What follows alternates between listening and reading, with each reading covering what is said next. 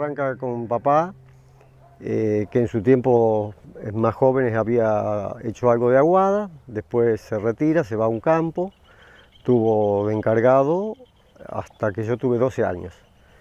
Después por un accidente se retira del campo y bueno, vinimos a esta quinta donde ahora estamos, con poco y nada. Y me toca la secundaria, con poco que saber dónde ir, me voy a un colegio técnico de Huinca, hago 4 años y me recibo de perito mecánico. Me gustaban los fierros, pero cuando vine, que me recibí, vengo a un taller de gente muy conocida, muy buena, pero me doy cuenta que no me gusta la rutina del taller. Me gusta la mecánica y no me gusta la rutina. Me mataba 4 horas a la mañana y 4 horas a la tarde, no era lo mío. Mi viejo ya andaba mejor, pero no podía trabajar. Entonces le pedí si me enseñaba algo de aguadas, que quería aprender y a ver si me podía largar al campo. Y así empezó. Fuimos a hacer un cambio de cuero, que es lo que se hace en un molino. Te estoy hablando año 80. Y de ahí salió un cambio de cuero, un arreglo de una aleta, y empezamos. Y él tenía conocidos en el campo, así que fuimos entrando de un campo a otro y empezamos a hacer aguadas, a reparar aguadas. En su tiempo él era posero, porque la aguada fue cambiando tan rápido que en el tiempo de él la perforación no existía, o muy poco, entonces era posero. Él hacía pozo y desbarraba pozo y se metía a los pozos continuamente. Cosa que a nosotros nos tocó menos, pero sí, nos tocó atender bastante pozos hasta hace 6, 7 años que estoy mermando el pozo porque ya estamos grandes y un trabajo en medio de riesgo y entonces va cambiando.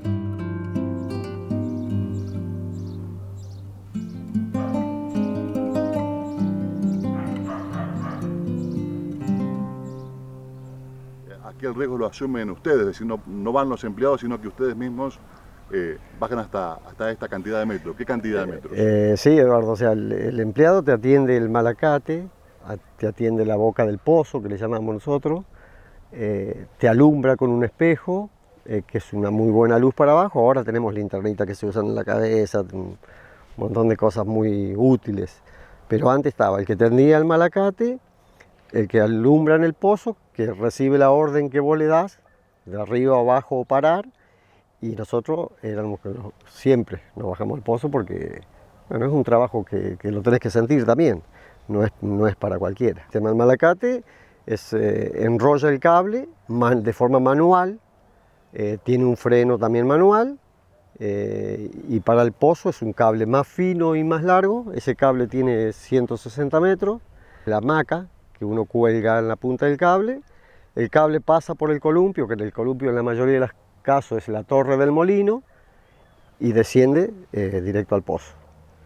En la mayoría, el 99% de los pozos son aptos para bajarse, no hay problema de falta de aire, pero sí algunos hay. ¿Te ha ocurrido por ahí bajando que te falte el aire? Sí, sí, me ha ocurrido. Me ha ocurrido y eso es lo que ahora tratamos de evitar con el asunto de la corriente, la electrificación rural y las pantallas. Todo se va a la bomba, entonces tratamos de que no bajar más al pozo. Preparar todo para sacar la bomba para arriba y no bajar al pozo. En La Pampa debe existir 2 cavadores de pozos, por el hecho de que hay zonas que si no es un pozo abierto con agua suelta, no tenés suficiente cantidad de agua. Pero si no, la perforación es la que suplantó al pozo y por lo tanto el pocero dejó de existir.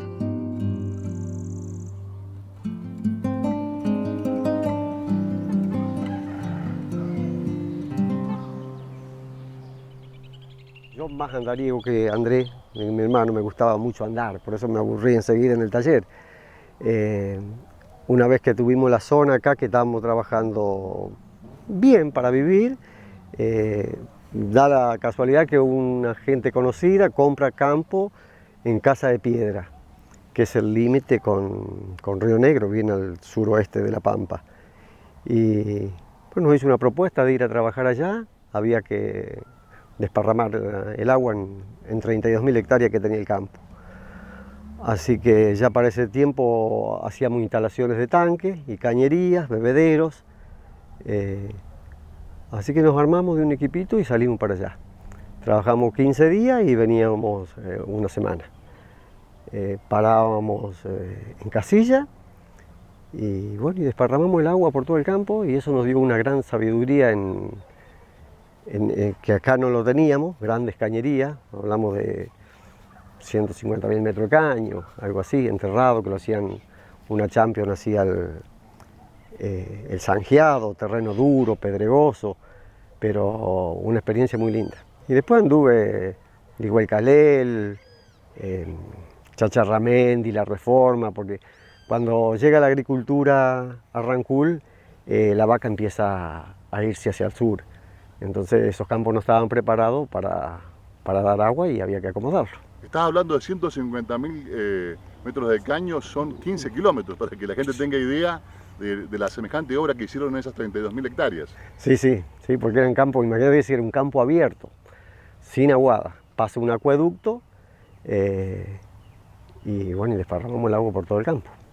Cuando vos sos joven y te gusta andar, no hay frío ni calor. O sea, siempre atrás de una loma encontrás algo que no viste en el bajo anterior y bueno, y el compañerismo de la gente que te sigue es más que importante también.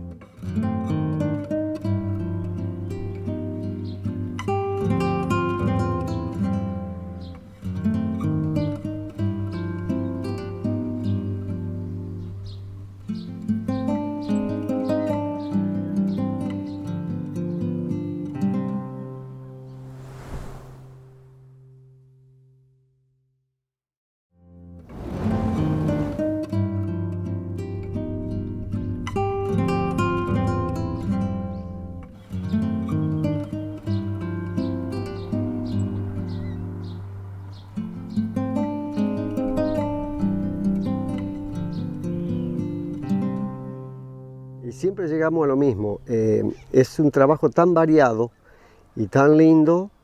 Un día atendes un molino, al otro día atendes una bomba, al otro día pones un bebedero o haces un terraplén. Entonces eso es lo lindo del trabajo, que me apasiona. Y sí, el molino no es que pasó a la historia, pero en las grandes profundidades, 30 metros para abajo el nivel de agua, no existe más el molino. La bomba con corriente de línea rural es espectacular y ahora tenemos bombas solares con pantallas, bombas eléctricas solarizadas con pantallas, y uno se va adaptando a eso y bueno, y es una satisfacción. Actualmente colocamos pantallas, colocamos bombas solares, todo es mano de obra, ¿no? Pero es muy variado, entonces es muy lindo. Ahora el campo está muy preparado, ya tienen mayores depósitos, tanques más grandes, la bomba apretas un botón y tiene agua, pero sí, de 15 años, 20 para atrás, eran más deficitarios, entonces cuando se rompía algo y no podía llegar en los 2 días, el campo estaba sin agua. Y claro que el momento de la reparación y ver que le estás dando la solución es una gran satisfacción. Esa heladera es cuando mi viejo estaba en el campo, no había corriente todavía, no había el tendido rural, entonces la heladera era querosén. Y cuando se dejó de usar, que nos vinimos al pueblo, no se descartó, pasó a ser un armario, se le sacó todo el interior y pasó a ser un armario, que es útil y es un recuerdo.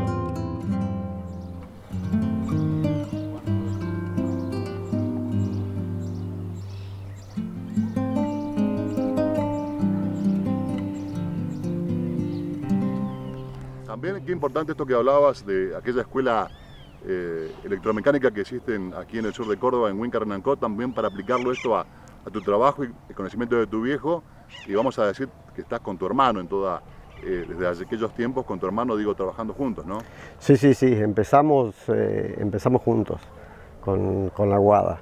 Él hizo un intento de estudio y bueno, no sé si no anduvo o fue la inercia que nos llevó a que yo medio que lo fui a buscar, porque en ese momento empezaba a moverse y a ver trabajo y le gustó la idea y se vino y bueno, nos instalamos acá, uno a cada lado de la casa de mi viejo y laburamos juntos los tres con mi viejo un montón de años hasta que él faltó.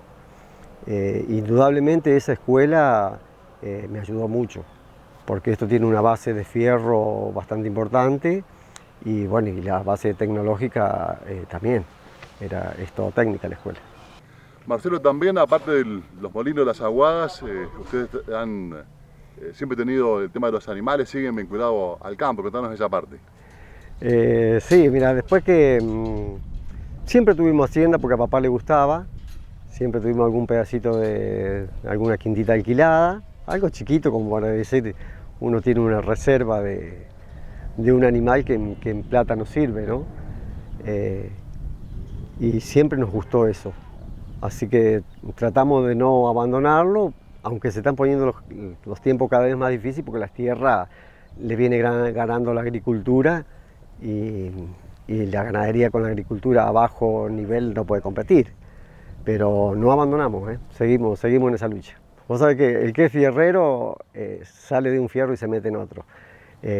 A Andrés le gustaba el tractor, le gustaba la siembra y empezamos con pequeños tractorcitos y no tenemos grandes, pero bueno, hay para hacer siembra directa, para hacer siembra tradicional y eso en este momento él maneja más esa parte y yo manejo la parte de aguada.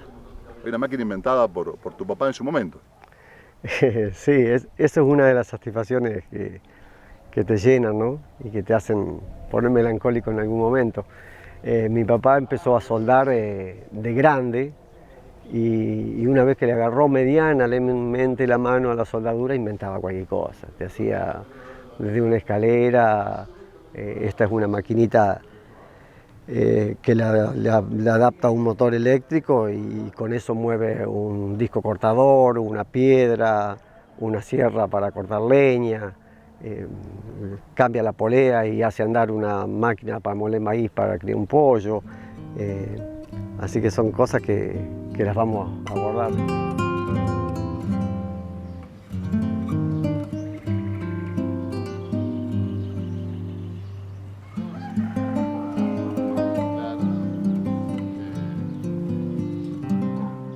La máquina de molino existe y va a existir hasta los 20 metros, 25 metros. Entonces tenemos una máquina de 8 o 10 pies. Los pies están dados por el diámetro de la rueda.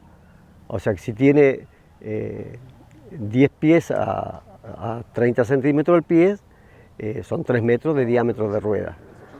Imagínate que esta máquina que estamos viendo es de 14 y había máquinas hasta de 20 pies. Entonces es una monstruosidad. La rueda en sí es la que recibe las aletas, es la que recibe el viento y lo transmite a esta carcasa que por medio de los engranajes cambia el movimiento circular en un movimiento ascendente y descendente, que es el que permite el bombeo de la varilla que se transmite al fondo del pozo donde va el pistón.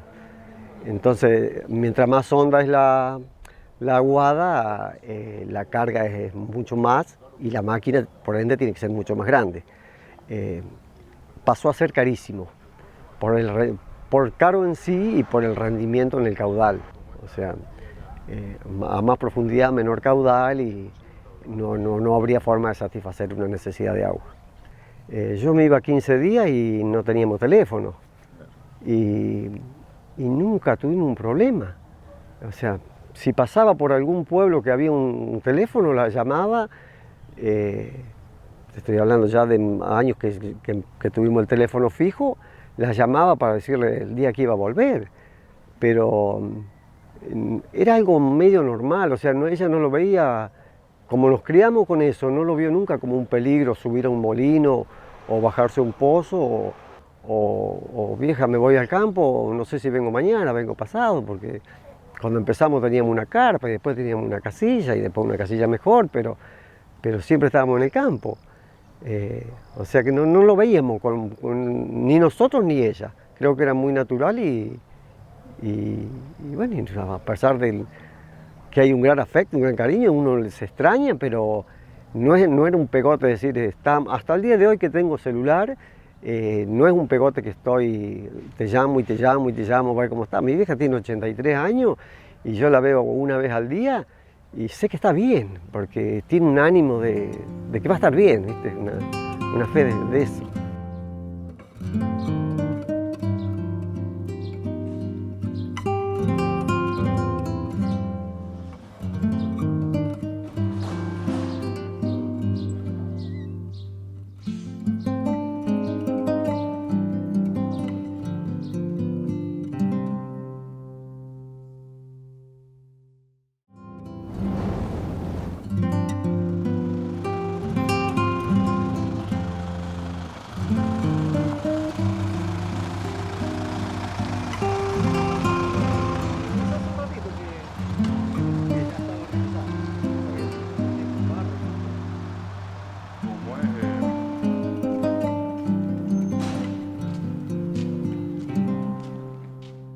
Hermanos con 4 años de diferencia, pero yo sigo siendo el menor, aunque no parezca. Aunque no parezca. Con respecto, recién nos contaba Marcelo que él un poco, después del secundario, vino a trabajar con tu padre. La historia tuya debe ser también parecida, ¿no? Y yo hice un poquito más de fiaca, recién a los 25 me incorporé a la empresa. A los 25 años, sí. Después ya me casé y ya nos asentamos acá y empezamos a trabajar los dos juntos y mi papá todavía trabajaba. Así que él empezó a los 17 a trabajar y yo a los 25 años. Por eso que él tiene más experiencia en molinos que yo. En todo lo que es aguada, él tuvo más trayectoria y más conocimiento. Lo que menos queda son molineros y menos aún poceros. Los poceros originales de La Pampa fallecieron, los de la zona, que fueron Enrique Bober, que fueron poceros viejos, que se dedicaban a cavar pozos, a reparar dentro del pozo, a limpiar los pozos, que ahora ya no se hace más. Queda uno o dos de los poquitos que quedan sobre el sur de La Pampa. En la zona no, en la zona norte de La Pampa somos más molineros que poceros, que no es lo mismo. No es lo mismo subirse a un molino que bajarse a un pozo.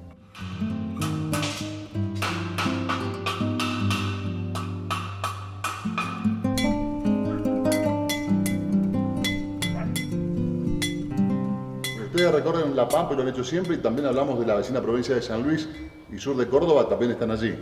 Hay zonas que todavía llegamos, sí. Sí, la agricultura viene ganándole a la ganadería, pero todavía nos queda una buena zona ganadera que tiene mucho consumo de agua, que es lo que nosotros trabajamos. Aprovechando las épocas buenas, compramos equipo de siembra y hacemos algo de ganadería para tener un respaldo de ahorro y sí, trabajamos un poco en agricultura, hacemos para nosotros, un poco para afuera, como un anexo a lo que se viene achicando, porque la aguada, con toda la energía solar y todo lo que viene en innovación, nos viene quitando trabajo. Creo que esto se termina acá, se termina con nosotros. La generación siguiente a la nuestra, mis hijas no estudiaron nada relacionado ni siquiera con la ganadería ni con la agricultura. Así que no, lo nuestro se termina acá y las hijas de mi hermano también. ¿Qué carreras han seguido, por ejemplo? La más grande es psicología, la que sigue fonoaudiología, la tercera ya es maestra y tengo un varón de 14 años que no le interesa porque hay muchas tentaciones en el pueblo, que el campo no atrae a la juventud. Pero queda todavía una última bala, una última esperanza, ¿no? Ahí.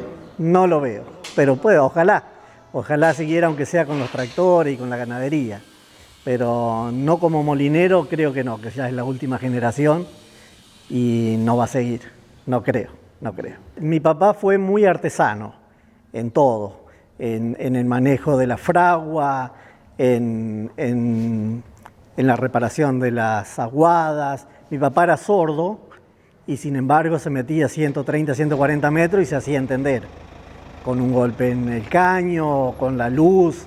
Él no escuchaba, tenía el problema auditivo de toda la vida y sin embargo fue posero y molinero, mucho más artesano que nosotros. ¿Un problema que tuvo de grande o de chico? De chico, de los 9 años se cayó de un carro y le reventó el tímpano. Creo que en esa época no había doctores y no había forma de acomodarlo. Así que la manera de entenderse era a través de los sonidos o golpecitos. Claro, o golpecitos, la luz, nosotros alumbramos los pozos. Ahora se usan las linternitas en la cabeza, pero antes con un espejo. Con un espejo la alumbrás de la boca del pozo y el día nublado te metías a oscuras, prácticamente. Una vez que se acostumbra a la vista, seguís trabajando.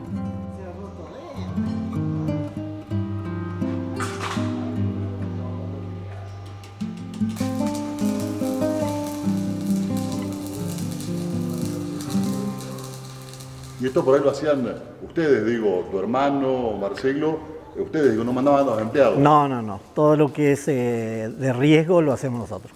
Tanto en la altura como en la profundidad, lo hacemos nosotros. Sí, porque es muy riesgoso. Nunca nos ha pasado nada grave, pero tiene su riesgo. En menos de 10 años, el progreso que hubo para sacar agua fue increíble. De renegar con un bombeador, con un motor, depender mucho del viento, tener que acarrear gasoil, de tener un empleado exclusivamente para atender una aguada, hoy en día pones todo automático y solar. Muy efectivo, muy eficiente y muy sencillo. Colocar una pantalla solar y colocar una bomba con cañerías plásticas, con mangueras plásticas incluso que no te lleva ni siquiera tiempo para enroscarlo, es muy simple. Por eso que la profesión nuestra viene desapareciendo por eso, porque cada vez se simplifica más. Una bomba solar aguanta 10 años, cuando un molino te aguantaba 6 meses. 6 meses un cambio de cuero. Entonces ahora tenés un cambio de bomba cada 10 años. Andrés, gracias entonces por atendernos. Junto a tu hermano Marcelo hemos contado la historia de los hermanos Gutiérrez, esto que han heredado de tu papá. Gracias por estar aquí en Historias de la Pampa a través de la TV Pública Pampeana. Ha sido un gusto realmente. Gracias igualmente, Eduardo, y un saludo para toda la Pampa. Hay mucha gente que conoce el trabajo principalmente de mi hermano, es muy reconocido en toda la Pampa. El trabajo de ustedes. Sí. Gracias. A ustedes.